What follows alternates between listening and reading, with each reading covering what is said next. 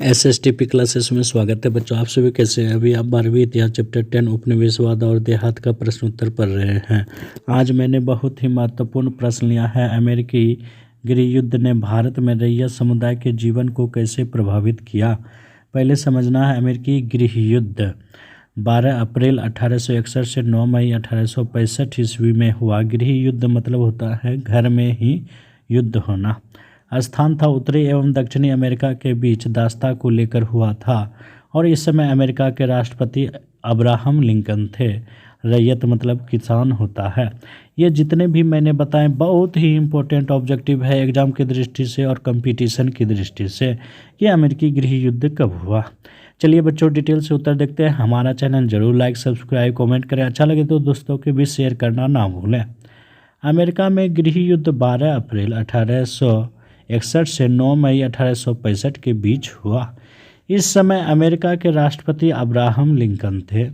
यह युद्ध उत्तरी और दक्षिणी राज्यों के मध्य दास्ता के प्रश्न को लेकर हुआ था। अमेरिकी गृह युद्ध के कारण भारत में रैयत समुदाय का जीवन निम्न कारणों से प्रभावित हुआ। अब पॉइंट में इसे देखते हैं बच्चों। पहला पॉइंट है रैयत को लाभ। रैयत मतलब किसान। इस गृह युद्ध के दौरान भारत की रैयत को खूब लाभ हुआ।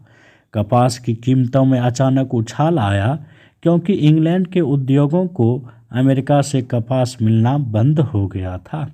भारतीय कपास भी मांग बढ़ने के कारण कपास उत्पादक रैयत को ऋण की समस्या नहीं रही।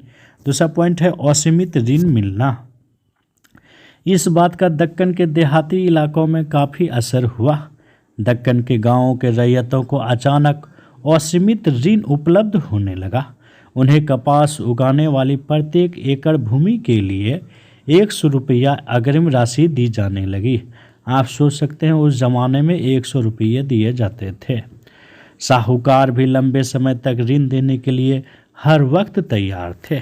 तीसरा पॉइंट है कपास के उत्पादन में बढ़ोतरी।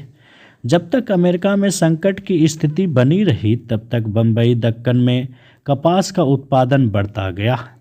1860 से 1864 के दौरान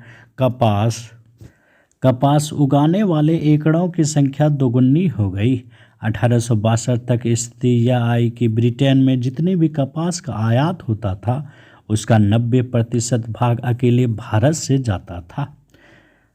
चौथा पॉइंट है कर्ज के बोझ से दबना। लेकिन इन तेजी में भी सभी कपास उत्पादकों को समृद्धि प्राप्त नहीं हो सकी।